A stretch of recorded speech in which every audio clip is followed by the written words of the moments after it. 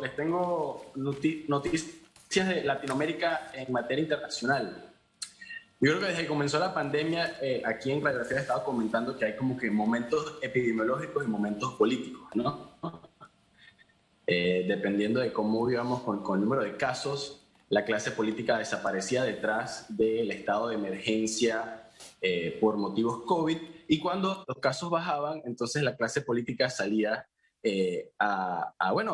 nuevamente a esa lucha por el poder. Y ahorita mismo en Latinoamérica están pasando cosas interesantes. Si bien países como, por ejemplo, Panamá ya están por encima del 75% de la población vacunada, y también en el cono sur, en Chile, los estados de emergencia no se han acabado. Y en este caso, en Chile, el estado de emergencia no tiene nada que ver con COVID-19.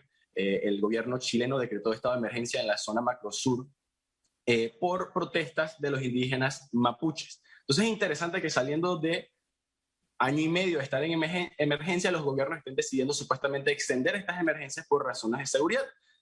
También tenemos que recordar que el presidente de Chile, siendo investigado por la justicia, una fiscalía anticorrupción aceptó una querella en contra del presidente por las revelaciones de los Pandora Papers, donde supuestamente el presidente Piñera en el 2011 utilizó el poder para favorecer a su amigo y también una inversión minera que él tenía, bueno, que estaba vendiendo. Ahora, si nos movemos a Ecuador, otro presidente de centro derecha, también una situación interesante. Otro presidente que está siendo investigado, esta vez por el Congreso, por las revelaciones de los Pandora Papers, en referencia a compañías offshore que tenía. Si bien estas compañías supuestamente ya están en un fideicomiso ciego, el Congreso inició un juicio político en contra del presidente, y el presidente decretó ayer en la noche estado de emergencia en todo el país por 60 días por razones de seguridad. Por temas de narcotráfico y delincuencia. Ahora, es muy cierto que en Ecuador hace 2 semanas ocurrió la peor reyerta en la historia del país, donde más de 118 personas murieron. Y la información que manda el gobierno de Ecuador, o por lo menos la que divulgó, es que ahorita mismo el cartel de Nueva Generación en México y el cartel de Sinaloa están combatiendo por territorios en Ecuador, y sobre todo en la ciudad Pacífico, Guayaquil, para tener esa ruta de tránsito de droga. Entonces, 2 temas aparte. Uno muy interesante y peligroso, el alcance del narcotráfico, que desde México están influenciando reyertas en prisiones en Ecuador. Pero también muy interesante, otro gobierno declarando estado de emergencia, saliendo de una emergencia sanitaria. En Perú estamos también teniendo una situación muy interesante. En julio llegó al poder Pedro Castillo con el partido Perú Libre, y todo el mundo, o por lo menos a nivel internacional, los expertos estaban preocupados de que, bueno, este señor vino prometiendo cambios de la Constitución, vino prometiendo instaurar un nuevo modelo económico socialista interventor, y efectivamente nombró un gabinete que daba un poco de miedo. Tenía al menos 3 personas involucradas o siendo investigadas por vínculos con el narcotráfico y también con Sendero Luminoso. Y de la nada, el gobierno de Pedro Castillo, al ver que el Congreso no le iba a aprobar el gabinete que había propuesto, hizo unos cambios la semana pasada, y ahora, sorpresivamente, el que ha dejado de apoyar a Pedro Castillo en el poder es su mismo partido, Perú Libre, que indica que Pedro Castillo se está moviendo hacia la centro derecha. Entonces, Chile y Ecuador con estados de emergencia por razones de seguridad, y Perú en un impasse político en donde, o sea, ya se sabía que no iba a poder gobernar de manera libre el gobierno por haber solo ganado por un punto porcentual, pero ahorita el gobierno está sin un partido que lo apoye, el partido oficialista, ¿no?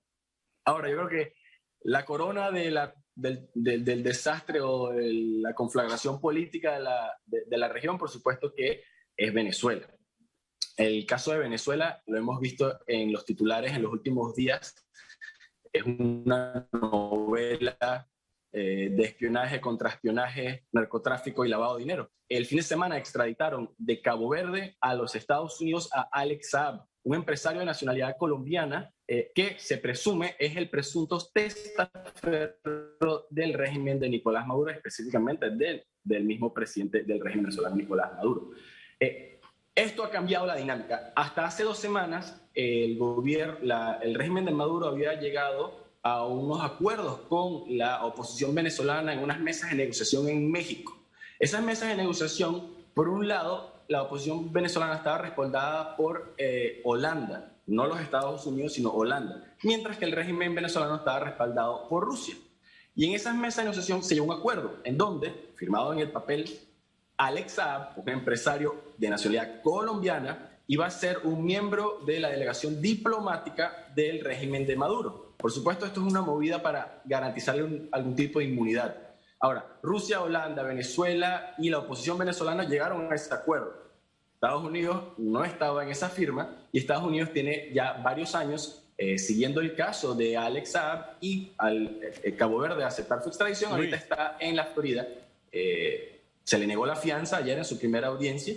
La audiencia se pospuso, o sea, no se terminó de leer los cargos, ni Alex Saab se declaró culpable o no culpable. Esto ocurrirá probablemente el 1 de noviembre. Pero comienza como que una carrera contrarreloj, porque Luis. en noviembre también son las elecciones parlamentarias en Venezuela, Luis donde Eduardo, ahorita mismo...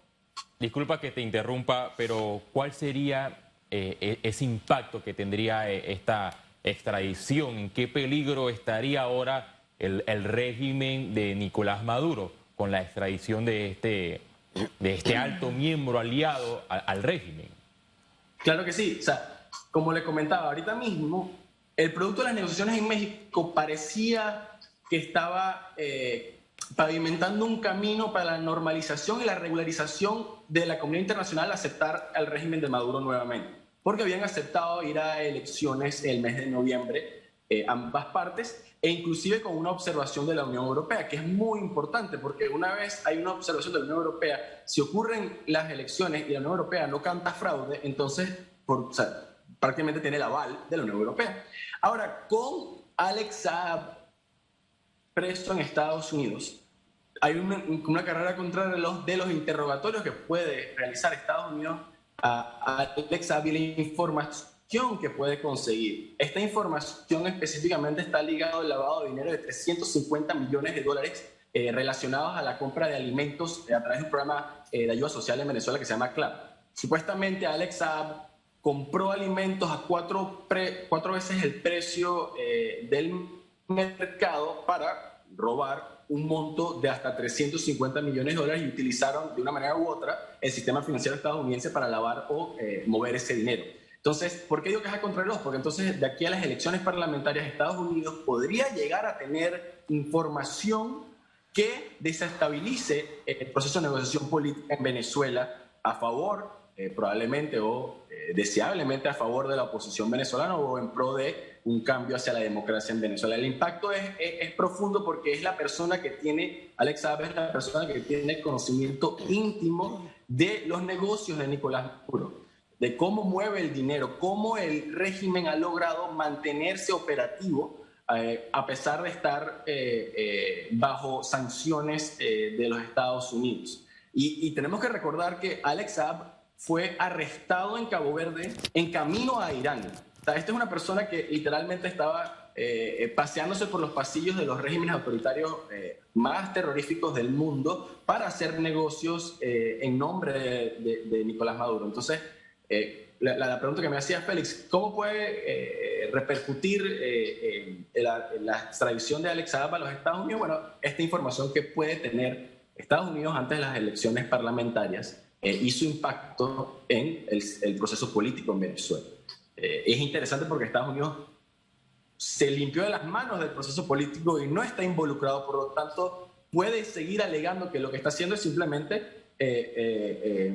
luchando en contra del narcotráfico, el lavado de dinero y la ilegalidad, y no necesariamente decir que está trabajando en contra del régimen de Maduro.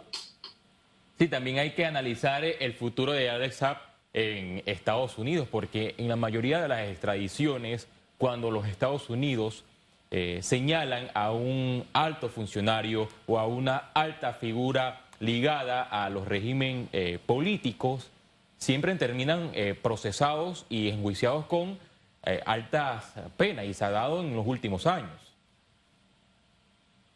Correcto, o sea, como quien dice ahorita, la novela se podría poner interesante porque la pregunta es, ¿acaso Alex Saab le teme más a la justicia norteamericana o a la retaliación del régimen de Maduro? Si Alex Saab confiesa todo el conocimiento que tiene, le da un poder enorme a Estados Unidos para luchar en contra del régimen de Nicolás Maduro, no solo para difamarlo internacionalmente, sino específicamente atacar los lugares donde tienen sus activos escondidos, y también sancionar a aquellos que han ayudado al régimen de Maduro para mover y esconder todo ese dinero, ¿no? Interesante en la región, pues yo creo que todos los puntos que he mencionado de una manera u otra conspiran en contra del orden y la estabilidad en la región. Repito, estado de excepción en Chile y vienen elecciones presidenciales en noviembre. Estado de excepción en Ecuador, un gobierno que tiene menos de 2 meses. Perú, un impasse político donde no se puede gobernar. Y en Venezuela, en una tragedia constante, sin fin. Y todo esto es, como quien dice, el primer capítulo post-pandemia de América Latina, la región que no solo fue la peor afectada en términos per cápita, de muertes per cápita por COVID-19, sino también la mayor contracción económica del mundo. Entonces, sin una estabilidad política, la reactivación económica de toda la región se va a ver muy complicada. Y tú mencionabas un punto que también me llamó la atención, y en América Latina lo que se está hablando ahora es de los Pandora Papers. Los gobiernos están tomando medidas en este caso. Sí, hay algo interesante. Mira, en los Pandora Papers se filtraron 11.9 millones de documentos. Se estima que anualmente los gobiernos del mundo pierden alrededor de 600 mil millones de dólares a la evasión fiscal. Sin embargo, todos los titulares se centran en Piñera, en Guillermo Lazo, en Luis Abinader, en Cana y por supuesto expresidentes también del Istmo panameño. Se centran en América Latina. Y a mí me parece que eso no es representativo de la información filtrada.